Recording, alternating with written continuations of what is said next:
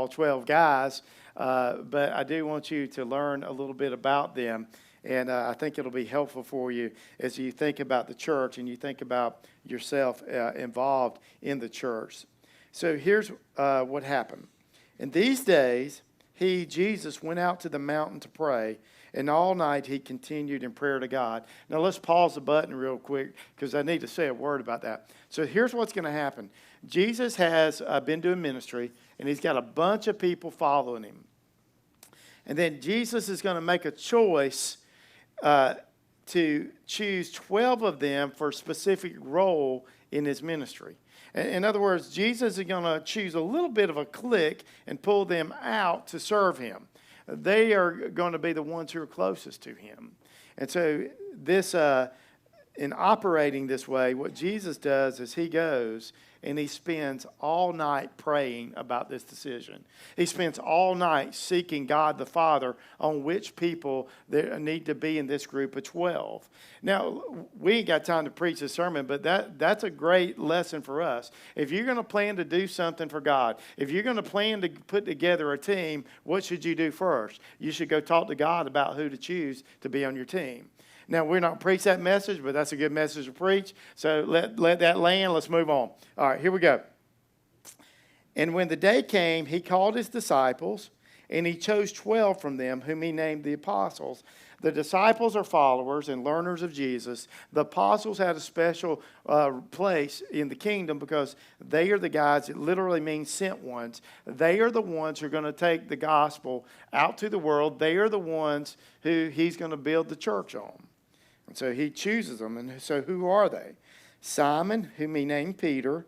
We'll talk about him today. Andrew, his brother. James and John. And Philip and Bartholomew.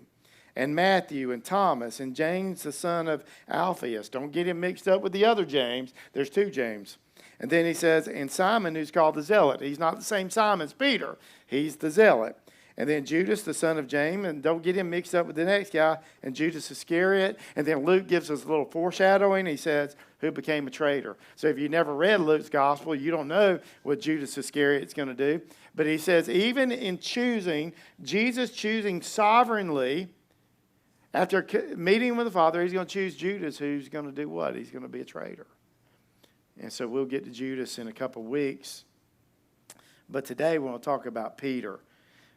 Many of us don't know much about the disciples, but if you do know about one, it's probably who? Peter. He was one of the 12, and he was the closest one to Jesus. He's the one that has the best relationship to Jesus, probably the most intimate relationship. We have a ton of information on Peter compared to the rest of most of the characters in the Scriptures. And so Peter is a fascinating character, and we won't have time to cover every story and every detail of his life, but let's walk through some of the main ones real quickly. So his name is Simon, but Jesus renames him Peter. In other words, when Simon was called by Jesus to follow him, Jesus says to him, you no longer are going to be called Simon, I'm going to call you Peter. Simon just simply means he is heard, where Peter is the Greek word Petros. It literally means rock or stone. And so before Dwayne Johnson ever became the Rock, guess what? There was already the Rock existing, and his name was Peter. He literally says, your name is no longer Simon, but you're going to be Peter. And so when you read the New Testament, Peter, they use his name Simon Peter, Simon sometimes when he's probably acting like his old identity, and Peter when he's walking in his new identity. And so Peter also sometimes, when you read like the New Testament, is referred to as Kepha, or it's an Aramaic word.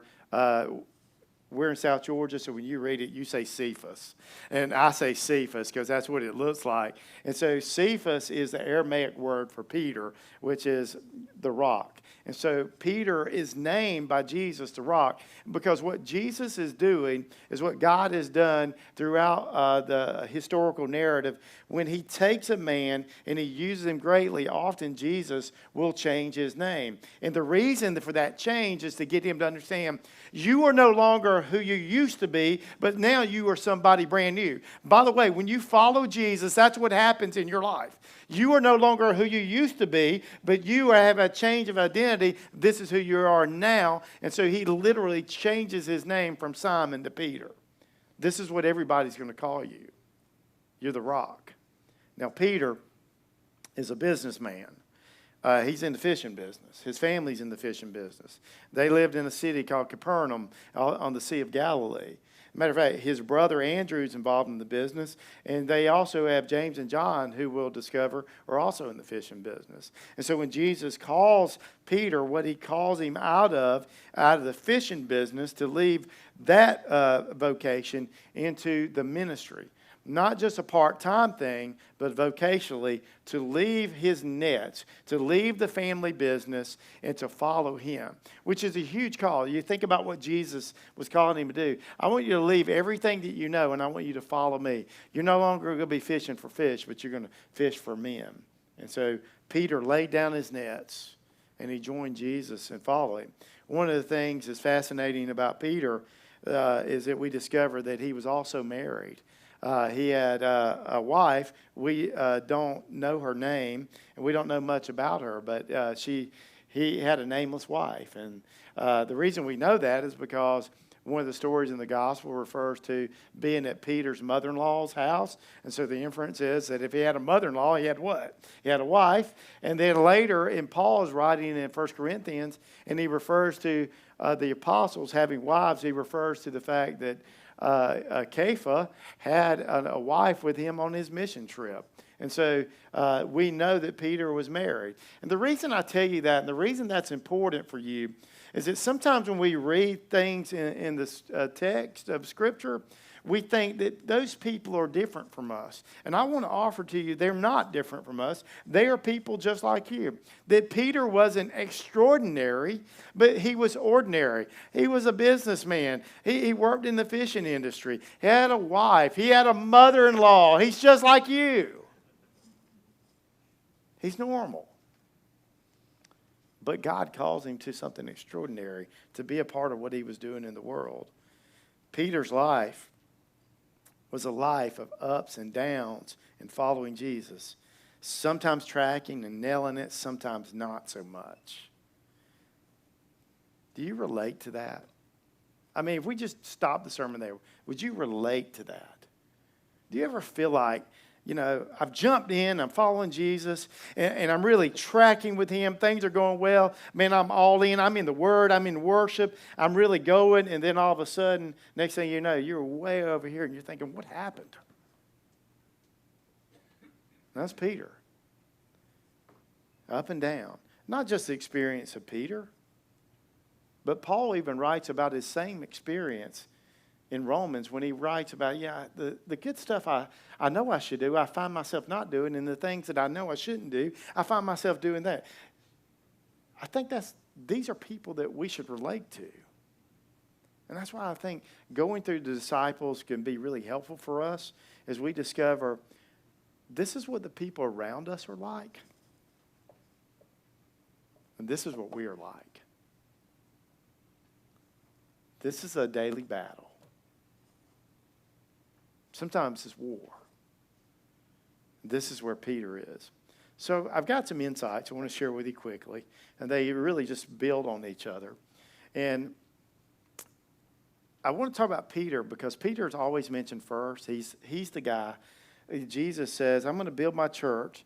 And he said, I'm going to build it on Peter. Not on Peter as his person, but the fact that Peter has faith in Jesus. What he wants Peter to do is be that rock. Like Jesus is the cornerstone, but he's going to build on the faith of Peter. And so what Peter's got to learn is how to lead. And leadership is not natural to us. I mean, we think we know how to lead naturally, but really we don't. It's something we have to grow in. And so one of the first insights when it comes to Peter's life is following is the key to leading. And that may not sound like extraordinary to you, but for me, it's been an extraordinary principle to learn in my life. Following is the key to leading. And so let me say it like this. Every great leader is a great follower. The best leaders in the J. Crew, in the church, are the ones who follow Jesus the best. The more you look like Jesus, the better off you will lead. And the part of the problem we have when it comes to the church historically, when we come to the church today, is that we have seen people not look so much like Jesus. And that has caused us to want to go away. It's the reason why if you pick up news media today, it is constantly ripping the church apart. Matter of fact, there are even shows coming out that just make fun of the church in general, because the world is looking at the church and going, they don't look like Jesus. They don't say it that way, but there's an expectation of how the crew should be, and when it doesn't meet that expectation, people make fun of it. And even worse, they begin to attack it. And so I want to say to you that when we look at the life of Peter, Peter had to learn to lead. And how he had to learn to lead is he had to learn to follow. The best leaders are the ones who follow Jesus the closest. If you want to be a great leader in the Jesus Crew, learn how to follow Jesus closely. When you get distance between you and Jesus, you get in trouble. So if you're gonna be a leader in the church, that's how you do it. You learn to follow him closely.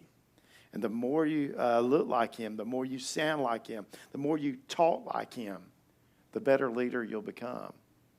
You know how the church is to recognize leaders? It's to see who looks like Jesus and then acknowledge that. And the more you can look like Jesus, the better leader you will be. Jesus is the greatest leader of all time.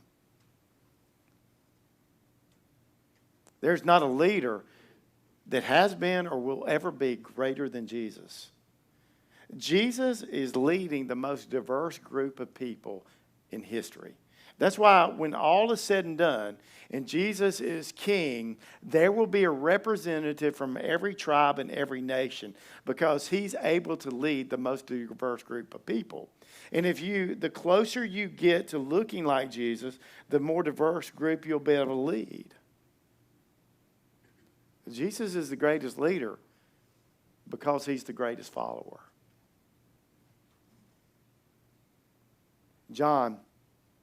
Jesus was speaking, John 5:19. Jesus said to the Jews, "Truly, truly, I say to you, the Son can do nothing of his own accord, but only what he sees the Father doing. For whatever the Father does, the Son does likewise. He only does what he sees his daddy doing." And what that means is that Jesus is the greatest leader because he looks at God, and whatever God the Father does, that's what the Son does. So if you want to be a great leader, guess what you do? Then you look at Jesus, who is the Son, and everything the Son does, that you start doing what he does, then you'll be doing what God does. That's simply what makes you holy. That's what makes you righteous. So I follow Jesus, and I begin by his grace to walk like he walks, talk like he talks, live like he lives. And in the process, I begin to be a better leader, and I begin to look more like God. Peter had to learn it. And I love Peter, but he had to learn to follow. So many stories about Peter, but one of the things you love about Peter when you study his life, man, he's bold, he's risk-taking. I don't know if you know the story. There's a story in the Gospels where Jesus sends the disciples out on the boat to go across the Sea of Galilee. It's like 13 miles across. They're out on the boat, it's night, and Jesus comes walking on the water. Everybody gets afraid. It's a ghost. When Jesus gets up closer, they recognize it is Jesus walking on the water. Peter says, "Jesus, can I come out and play?" He didn't say it like that, but kind of. "Can I come to you?" And Jesus says, "Come on." Peter climbs over the side of the boat and begins to walk. What happens? Say it loud. He took his eyes off Jesus and he did what? He sunk. Like, that's where we focus on the story. But let's don't focus on that right yet. But think about this. All the other 11 guys stayed in the boat. They never got out. But Peter was risky enough and bold enough to say, you know what? I want to get out of the boat.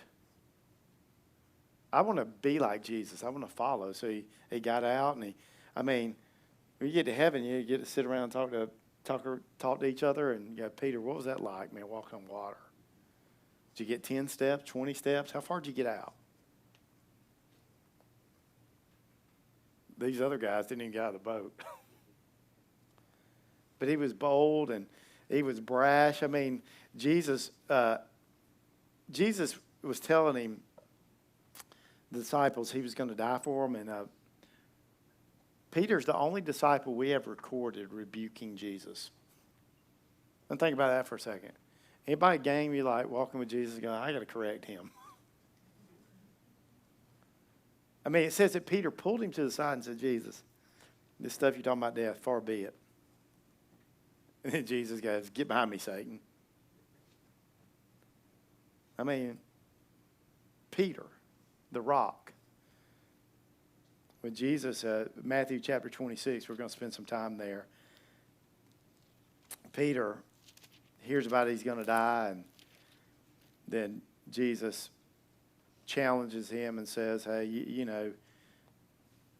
you're going to die. You're going to deny me. And Peter's like, no, I ain't. Verse 35, chapter 26, it'll be on the screen. Peter said to him, to Jesus,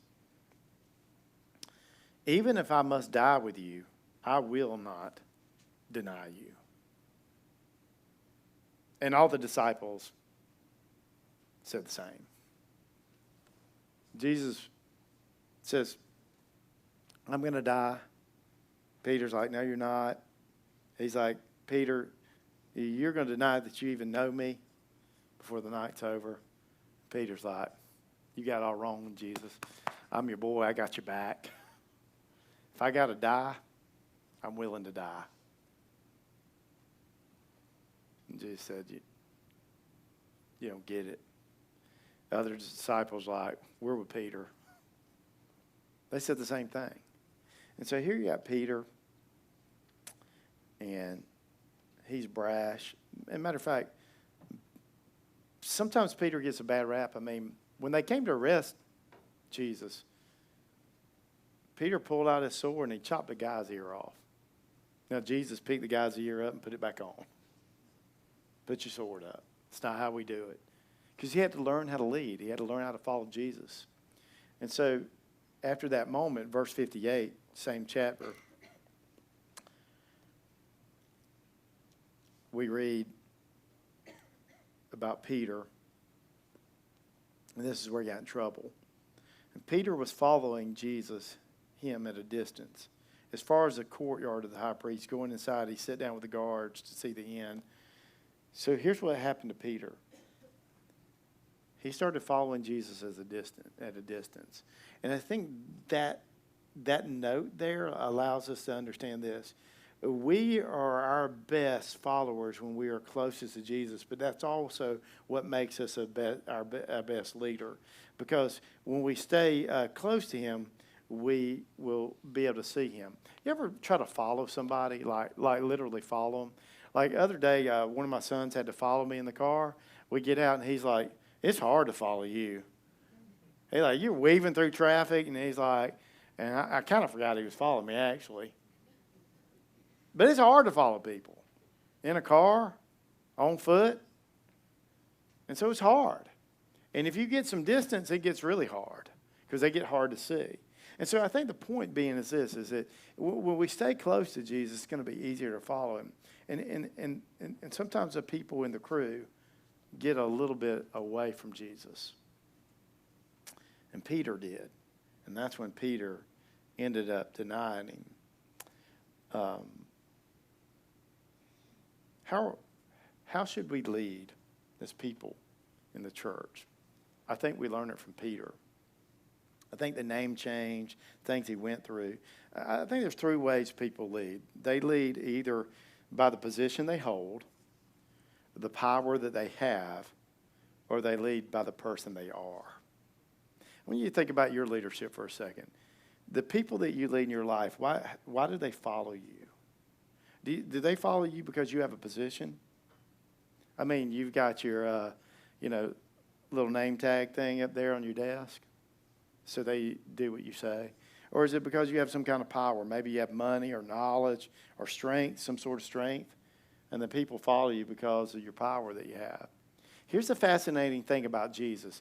Jesus led by who he was, the person that he was, the character that he had.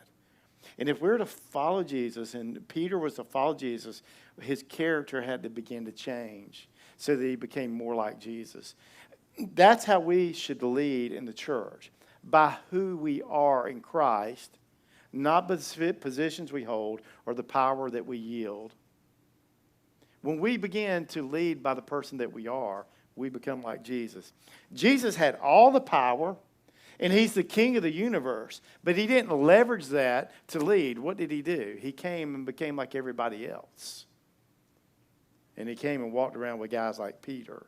And that's how our crew needs leadership. Which leads me to this. A flawless leader doesn't mean flawless followers yet. And this is, when you look at the life of Peter, what you discover, Jesus was perfect in everything he did, everything he does. Totally perfect, flawless. But everybody else is not so much.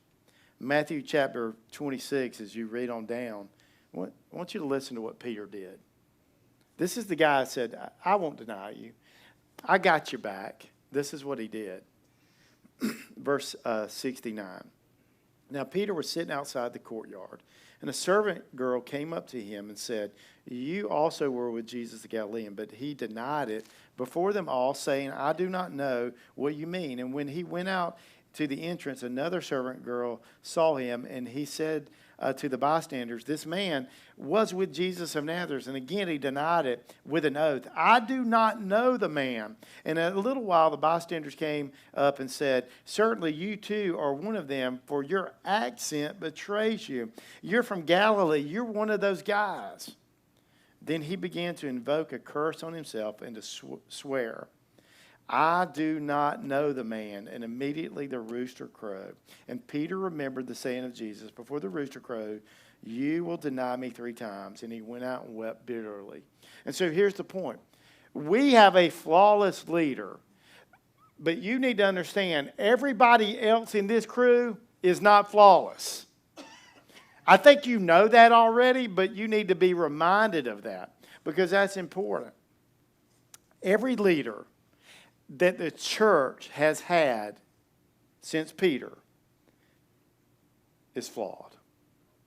They have past failures, they have present struggles, and they got future obstacles. Everybody, including me, has that. And so the point is that our leader is flawless, but we are not. Nobody here. If I die today, you get a new pastor, guess what? Flawed. They're not going to be perfect.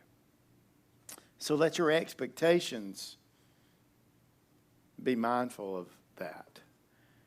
High standards should be held for people in leadership within the Jesus crew, but perfection should not be expected. People will let you down. Jesus will not. Why am I still a part of the Jesus crew? Because I have a perfect leader who's resurrected from the dead. And the reason I tell you that is because you might not know this. Now, every week almost it seems like there's some leader in the church being exposed or crashing or burning, denouncing their faith. But even in my personal life, my dad got saved when I was a year old, so I've been pretty much in church, a part of the Jesus crew all of my life. And I've been serving in churches vocationally for the last 30 years. The guy who mentored me, one of the guys who mentored me, who literally, I remember saying to myself, this guy and his wife, they have the kind of marriage that I want to have. And I want to model my marriage after their marriage. Calls me one day, 20 years ago, and says, I was going to let you know, my wife and I are getting a divorce. Both are leaders in churches. Man, it was like somebody just took the wind right out of my sails. And then later, my youth pastor, the guy that I spent an enormous amount of time as a teenager, who mentored and poured into my life, he's currently in jail for molesting children.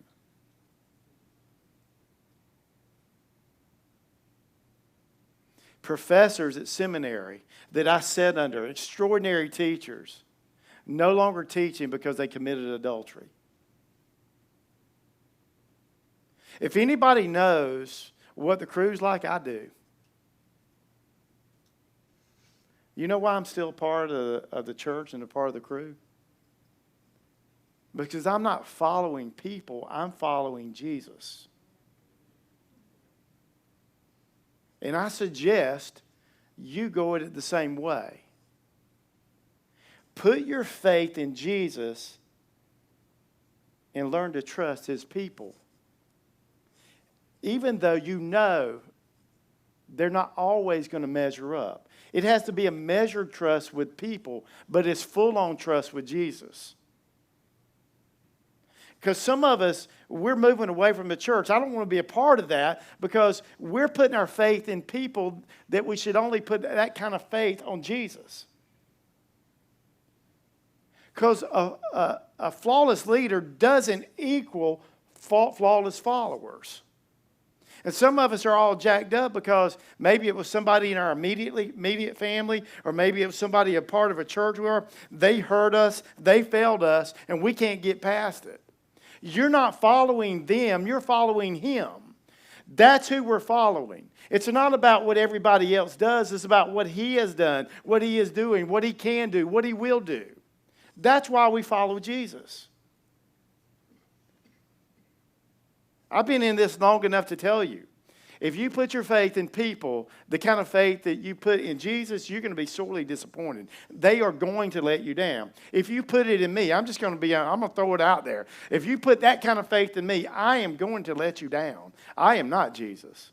I'm just trying to be like Him. And so, I'm kind of fired up about that. But I think it's important for us all to hear.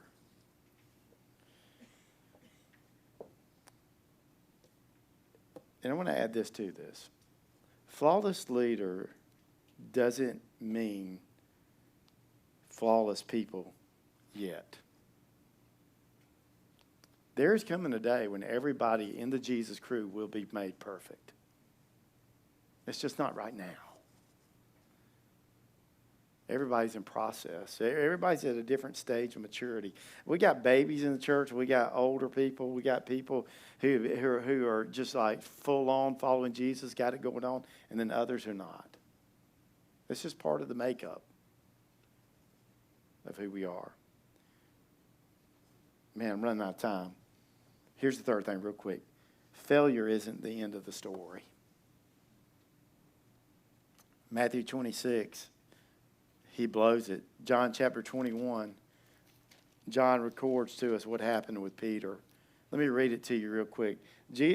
Peter, Jesus has died, resurrected. Peter knows he's resurrected. He doesn't know what to do, so he goes back to the fishing business. So Jesus goes and meets him at the beach to bring breakfast. This is what happens. When they finished breakfast, Jesus said to Simon Peter, Simon, son of John, do you love me more than these? I think these are the fish. You love me more than going back to this, right? And he said to him, yes, Lord, you know that I love you. And he said to him, feed my lambs. He said to him a second time, Simon, son of John, do you love me? And he said to him, yes, Lord, you know that I love you. And he said to him, tend my sheep. And then he said to him a third time, Simon, son of John, do you love me? And Peter was grieved because he said to him a third time. Peter was like, yes, I know what you're getting at. I denied you 3 times. Yes, I love you. And he says, Lord, you know everything. You know that I love you. And Jesus said to him, feed my sheep. Truly I say to you, when you were young, you used to dress yourself and walk wherever you wanted. But when you are old, you'll stretch out your hands and another will dress you and carry you where you do not want to go. This he said to show by what kind of death he was going to go through. Peter's going to get killed like Jesus got killed. And after saying this, he said to him, follow me. You know why that's important? Because failure is not the end of the story. The Jesus Crew is all about grace because we're all imperfect people. We're all flawed people. If there is not grace extended by God to us and us to one another, then there's no way that we'll ever move forward. It has to be based on grace. Not because people deserve it, but because Jesus gave it. And so Jesus meets Peter at the beach and says, man, I still love you. You're still in the hug. I'm still going to use your life. What I told you a few weeks ago is still true. I'm going to use your life. You are the rock. This is the process. And thank God that failure is not the end of the story. And nobody in the scriptures would ever got used for the glory of God. And so what that means is that God takes failures and he uses them for his glory. It's not long after this moment, Jesus ascends into heaven. Holy Spirit comes down. Peter preaches the first message for the Jesus Crew. 3,000 people get saved on that day. I've never preached a sermon where 3,000 people get saved. It's incredible. And then Peter, as you move through Acts, begins to lead the church. Goes and eats with Gentiles. Takes criticism, stands up for the Gentiles, stands up for grace. I mean, making a difference, taking the gospel around the world. Peter even writes 2 books. He writes 1 Peter and 2 Peter. Now, he didn't name them that. We did. But the first one is about how to suffer for Jesus. The second one is how to grow up in Jesus. Peter wasn't perfect even after this moment. Matter of fact, Paul writes in Galatians that when he came to Antioch, he had to rebuke Peter because Peter had started being a little bit cowardly again. And because he was getting criticized by the Jews, Jewish Christians, because he was eating with Gentiles, he kind of started moving away from the Gentiles. And Peter rebuked him. It does not mean that Peter became perfect. But it does mean that failure was not the end of his story. And guess what? It's not the end of your story no matter what you've done. And guess what? The people around you, it's not the end of their story. What makes the church worth being a part of? It's not what everybody else in here does. It's what Jesus does. That he takes failed people and he makes a success story out of their life. That's true of the first Jesus Crew, and that's true of us, and that's true of you. You have to keep that in mind when you're a part of the church, when you're part of this crew. Let's pray. Father, thank you for this day, and thank you for the encouragement you give. We know that we have all fallen short, and we've failed in so many ways. And if it were not for grace, we would have no hope. God, my heart just is full when I think about the fact that if I want to be a great leader, I just got to follow you. And my heart is full knowing that